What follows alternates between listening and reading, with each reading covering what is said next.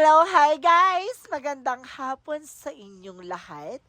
This is Jean Rodriguez, Mamasagri Channel, a faith healer, also mata reader. So ngayong hapon na to, tingnan natin na nagsabihin sa'yo ng ating mga gabay. So this is weekly gabay for the month of February. February 1, February 2 hanggang February 8 for the sign of Scorpio. So, Scorpio, welcome to my channel. Ano kayang messages, advices ng spirit guides ang ating masasaga for today's video? Kanino naman kayang energy or kaganapan sa buhay ng mga Scorpio ang ating mga hagilap? So, guys, this reading is a general reading lamang, hindi lahat makaka-resonate. Kunin lamang po makaka-relate sa inyo and comment down below kung kaninong energy ang ating nasagap. And of course, don't forget to like and subscribe my channel and hit notification bell for more videos update. Of course, maraming salamat po sa mga walang sawang pagsuporta sa aking channel. Lalo na yung nag-skip ng ads. Naway pagpalain po kayo ng Diyos at may kapal, siksik, liglig, nag-uumapaw, ang biyaya manubalik sa inyo. And of course, guys, maraming salamat sa mga walang sawang pagsuporta sa aking channel. Lalo na yung mga nag-share ng aking videos sa anumang uri na social platforms. Maraming salamat po, guys. So, guys, umpisa na natin laban for the sign of Scorpio.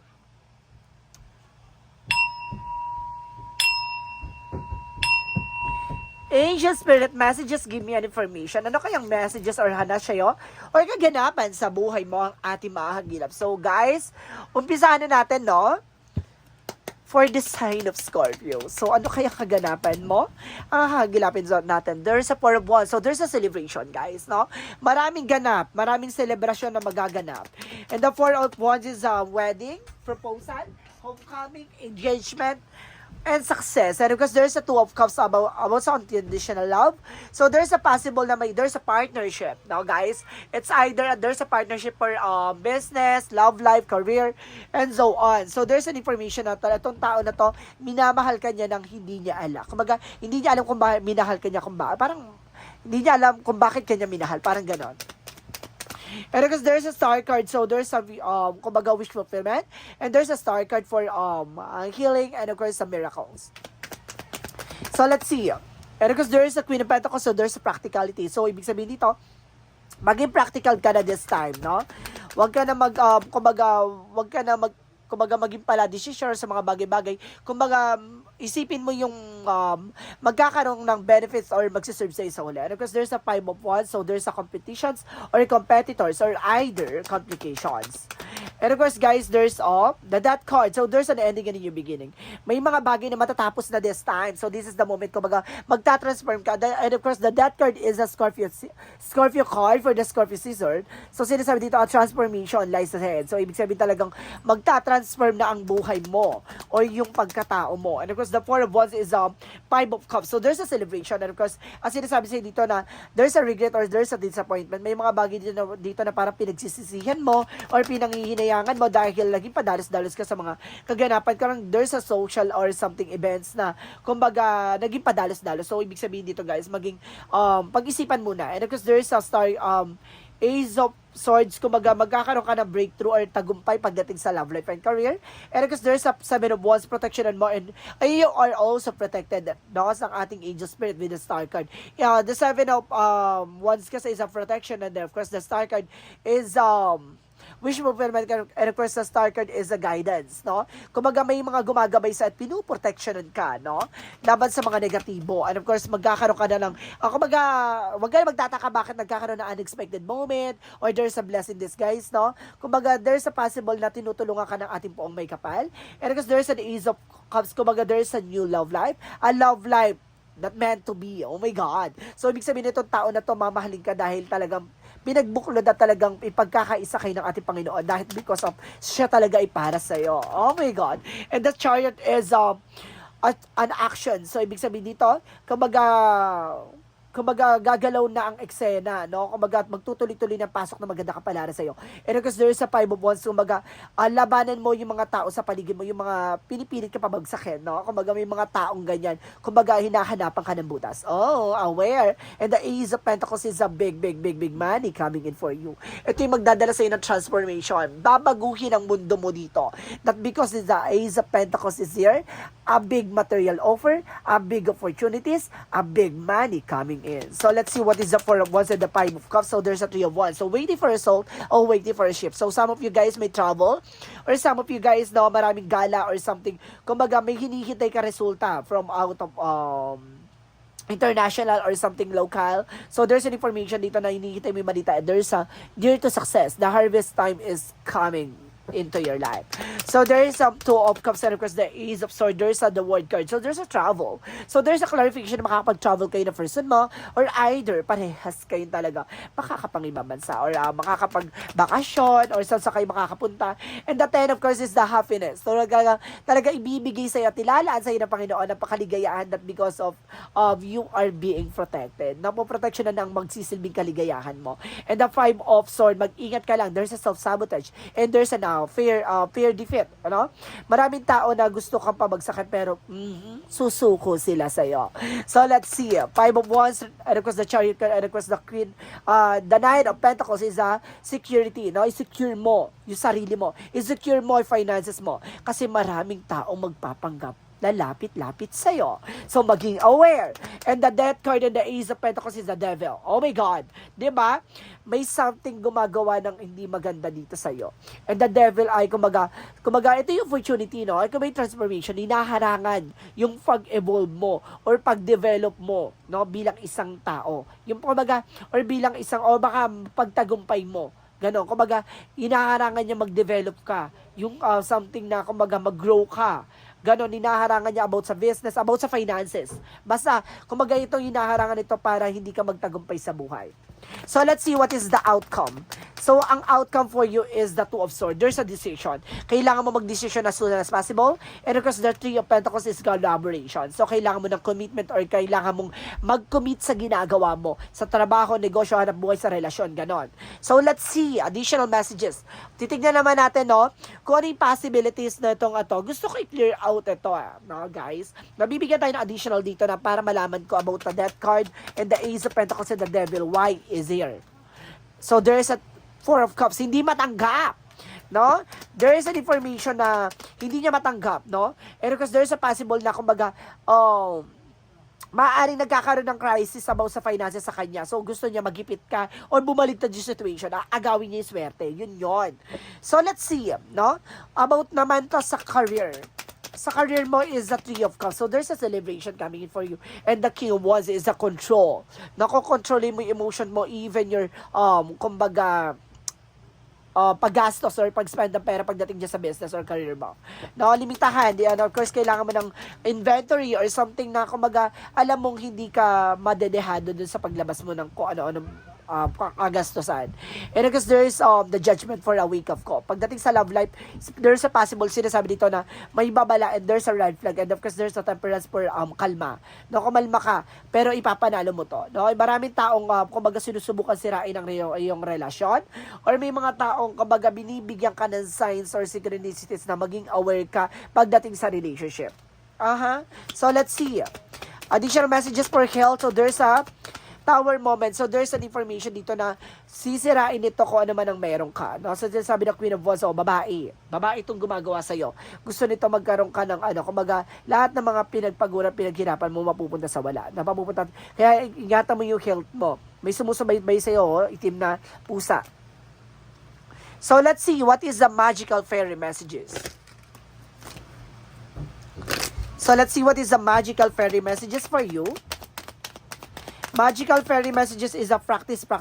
So, kailangan mo i-enhance yung abilities mo. Palakasin mo ang iyong kakayanan, palakasin mo ang iyong negosyo, palakasin ang iyong love life. Na parang ganun, kumaga, mag-boost ka ng time and of course, ng energy dito. And of course, there's a holiday. So, there's an information na ang kasagutan ay nasa holiday season or there's an information for vacation. So, kailangan mo mag-unwind kahit papano, no? So, let's see what is a yin and yang oracle card.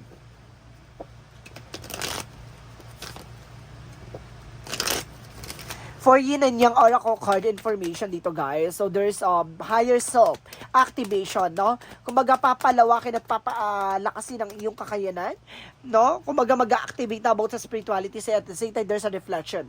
Mag-ingat ka sa mga ginagawa mo, and of course, may mga bagay talaga magbabounce back sa'yo. So, ibig sabihin, maging aware ka.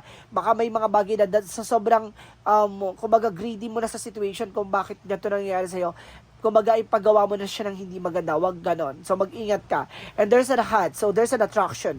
Kumbaga, mag-a-attract to ng magandang eksena sa'yo. Wag ka masyado. Kumbaga, nagiging padalos-dalos at mainitan ng ulo mo dito.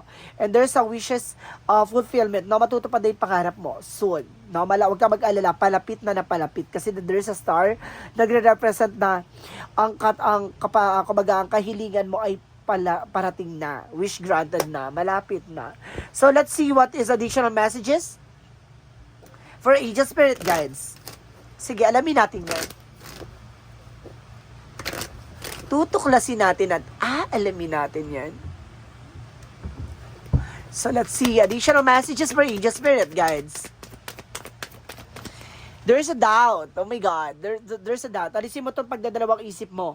And there, of course, parang sinasabi, i-release mo yan kasi magdadala yan sa'yo ng something blockages. And there's an imagination. Gamitin mo raw yung intuition mo para masagot yung katanungan. And of course, madagdagan ang iyong mga bagay na gagawin, no? Makakatulong sa iyan, no? Imagination, intuitions. And there's a courage, no? Kumbaga, magkaroon ka ng confidence sa sarili mo, laban at humarap sa takot at pangamba mo. So, let's see what is Archangel Michael. Ano ang chika ni Archangel Michael for you? And of course, guys, there's an admit the truth to yourself and act accordingly. No, kailangan mo tanggapin sa sarili mo kung ano lang ang meron ka. Hindi mo kailangan magpanggap, no? Kumbaga, hindi mo kailangan ipakita sa kanila na may ganito ka, may ganyan ka. Bagkos ipakita mo sa kanila na, kumbaga, ongoing, hindi ka na-stress or something. Kumbaga, hindi mo na kailangan ipamukha sa kanila kung ano man ang meron ka ngayon. Kumbaga, bagkos ipakita mo sa kanila kung ano yung mga bagay na kaya mo. And kasi sinasabi sa'yo dito na, kumbaga, wag mo isipin yung mga sasabihin ng iba kasi hindi ka magiging masaya. At the same time, kumbaga, continue mo lang kung ano yung ginagawa mo. Hindi man nila makita yung success mo at hayaan mo na yon. At least, alam mo sa sarili mo, wala ka tinatapak na tao, hindi ka nalalamang at higit sa lahat, dumadaan ka sa tamang proseso. And of course, there's a honor and trust your feelings. No? Lagi pa pangahawakan ng iyong mga nararamdaman. Kumbaga, sinasabi sa'yo dito, hindi ka ililigaw ng iyong intuition. Hindi ka kumbaga ilalagay sa kapahamakan, bagkos ilalagay ka sa tamang kalalagyan. So, let's see what is the chakra messages. For the chakra messages, angel spirit guides, there's a joy. So, ibig sabihin, magiging masaya ka na this time. And there's a perceptions, no? Yung mindset mo, ayusin mo yan, yung mga iniisip mo hindi magaganda, magsisilbing blockages yan sa'yo. And there's an isolation. See, kaya hindi ka makalis sa situation kasi not because of your negative thoughts. Even yung mga tao sa paligid mo. No? May mga taong ginagawa sila sa'yo, pero dapat, ginagawa mo na solusyon at the same time, no? Kumbaga, hindi mo na dapat pinagpapansin yung mga iniisip or sasabihin nila. So, let's see what is additional messages. So, there's a trust. No? Magtiwala ka sa process and progress. Magtiwala sa ating Panginoon na yung mga bagay na nangyayari sa iyo ay pinagkakaloob ng ating Panginoon. No? And there is a growth by God energy and the Sun card. Magkakaroon ka ng pure positive outcome dito. May mga bagay lang talaga na lilinisin ka, aalisin yung mga bagay na hindi maganda sa iyo at mga taong hindi makakabuti sa iyo. And of course, there's a enlightenment. Magkakaroon ka ng kaliwanagan sa lahat ng aspeto. Lahat ng source, no? Lahat ng source dyan. So, let's see what is additional messages. So, there's a crystal. So, some of you makakatulong doon, gemstones or anumang uri ng crystal stones, no? Like amethyst, kumbaga, evil eye, kumbaga, tiger eye, or sometimes celestine, citrine, yung mga gemstone or crystal stone makakatulong daw yan sa'yo. And because there's a yoga, so kailangan mo na exercise or something, stretching, no, para ma-enhance and of course, ma-relief yung stress mo. And of course, sinasabi din sa'yo dito guys, there's a leadership, no, kaya mong pamunuan, no, pagdating sa pag-ibig, no, light and love, ikaw yung magsisilbing, kumbaga, controller, no, ng iyong love life. So, let's see what is Archangel Raphael. Increase your energy. Palakasin mo daw yung enerhiya, no? And there's a nutritionist, no? Consult with the nutritionist. So, kailangan mo magpatingin sa mga espesyalista. Baka tumataba ka, hindi na natural yung taba mo or pumapayat ka, hindi na natural yung payat mo. So, let's see what is additional messages for angel spirit guides. For angel spirit guides, give me information.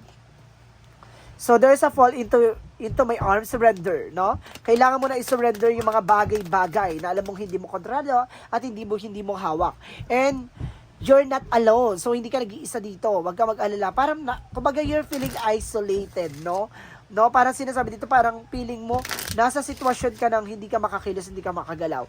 Negative thoughts lang yan. So, let's see what is the Monsology. So, your dreams are the practical plan. So, kung gusto mo matupad yung mga pangarap mo, ngayon pa lang, umpisahan mo na maging practical. And there's a new romantic cycle begin. Magsisimula na panibagong cycle pagdating sa pag-ibig. And there's a you and your loved ones are safe. Yung mga mahal mo sa buhay ay safe naman daw. So, let's see what is additional messages for angel spirit, guys. And there's a yin and yang. Maging balanse. No, balance sa negatibo at positibo. And there's an indecision. May mga bagay dito na hihirapan ka pa magdesisyon, pero kailangan mo pag-isipan yan. No? And there's a happy family. Magiging masaya ang pamilya mo dito. At the same time, there's a magician and the mirror. So, ibig sabihin, there's a kumbaga, reflection and of course, manifestation, no? Kumbaga, may mga bago or manipulator. Yung mga bagay-bagay na ginagawa mo. No, magba-bounce back sa yan. Kasi there's a consequences, no? Ganun yon. So, let's see what is the romance angels. Getting to know each other. If you are single, bago pala sa pag-ibig, kilalanin mo ang isa't isa, no? Huwag masyado padalos-dalos. No, and there request calling in your soulmate, no? Kumbaga tinatawagan yung soulmate mo dito. Kung talaga para sa iyo, kung siya pa ay para sa iyo, ibibigay yan. Pero kung hindi pa para sa iyo yan, iaalis sa iyo yan. Angels answer, give me information. Ask for help from others. So kailangan mo ng tulong ng ibang tao, ha? There's something better. So mayroon pang mas magandang kahulugan or may mas maganda pang tao or importante na makakabuti pa sa'yo. Parang gano'n, may mas makakabuti pa sa'yo. And there's you're ready. Basta sinasabi maghanda ka. Oh my God, parang sinasabi dito maghanda ka kasi may laban ka pang gagawin or may mga bagay ka pang, 'di ba? Matututunan at may mga bagay ka pang ipaglalaban. So let's see what is the Jesus loving quotes. He that believe on me, the works that I do shall he do, and greater works that this shall he do, because I go to my Father. Ibig sabihin dito, yung mga bagay daw na pinaniniwalaan mo o naniniwala ka na kaya mo at mga bagay na dapat sa'yo at kayang-kaya mong gawin. Kumbaga maniwala ka lang daw na ipagkakalob sa'yo at kayang-kaya mo nagpasan yan, no? Ay, kapag alam mong sandigan at alam mong hawak-hawak ka at kaagapay mo ang ating Panginoon. 'Di ba? Kumbaga nandun tayo yung parang motivation and of course consistency, no? Kumbaga alam mo sa sarili mong kaya mo, makakaya mo. So, let's see what is the angels number. Angels number, get more information. So, there is a 66, I am positive. So, ibig sabihin maging positibo ka sa lahat ng bagay. Your guardian angels is teaching you to the essence of unconditional love. You are encouraged to have faith that the universe will provide for your while you are manifesting your inner desires. So, ibig sabihin nito, kumbaga lahat ng mga bagay na hangarin o yung mga kagustuhan mo o yung hinahangad mo ay ipagkakaloob sa'yo. Maniwala ka lang daw na bibigay yan ng ating universe at kumbaga ipagkakaloob niya sa'yo. Kaya yung sinasabi ko, di ba? Kapag naniniwala ka na kaya mo, naniniwala ka na ibibigay sa'yo. So, let's see what is the messages of life. Kasi you are a manifestation. Kumbaga, kayang-kaya mo mag-manifest, no? Manipulator ka kasi. Kayang-kaya mo mag-manifest ng mga bagay na alam mong no? Ibibigay sa'yo. And because there is a return to the inner temple. Today, I rediscover my inner selves. In sacred silence, this is the inner temple in which I am able to calmly study the lessons life has provided me here. I regain my sense of tranquility. I retrieve my trust in the universe. But in the light of my inner temple, I now remember the value of each and every step of my life. So, ibig sabihin dito, binabalik ka kung saan ka man nanggaling. No, ibinabalik ka ng ating Panginoon kung saan ka nagmula. Kaya yung mga bagay-bagay na nangyayari sa'yo, kumbaga may mga bagay na natutunan ka dyan, ibabalik ka ulit dyan para ikitest ka ni God kung talagang natutunan mo ba. Yun yung lessons na ipinagkaloob niya sa'yo. Kaya maghanda ka, maraming surprises, maraming magaganap. Kaya dapat maganda at kailangan mong matutunan at pahalagahan kung ano man ang meron ka. So this is a weekly gabay for the month of February 2 hanggang February 8 for the sign of Scorpio. So Scorpio, maraming salamat for this wonderful reading. So once again, this is Chin Rodriguez, Pamasagari Channel, a faith healer, o Mata Reader. And of course guys, maraming salamat sa mga walang sawang pagsuporta sa aking channel. Lalo na yung dinig-skip ng ads na way pagpalain kayo ng Diyos at may kapal. Siksik, liglig na gumapa, ang biyay manabalik sa inyo. And of course guys, this reading is a general reading lamang, hindi lahat makaka-resonate. Kung lamang po makaka-relate sa inyo, and comment down below kung kaninong energy ang ating nasagap. And of course, don't forget to like and subscribe my channel and notification bell for more videos update. And of course, maraming salamat po sa mga nag-share ng aking video sa anumang uri na social media platforms. Maraming salamat po and see you in the next video. Bye-bye and babush!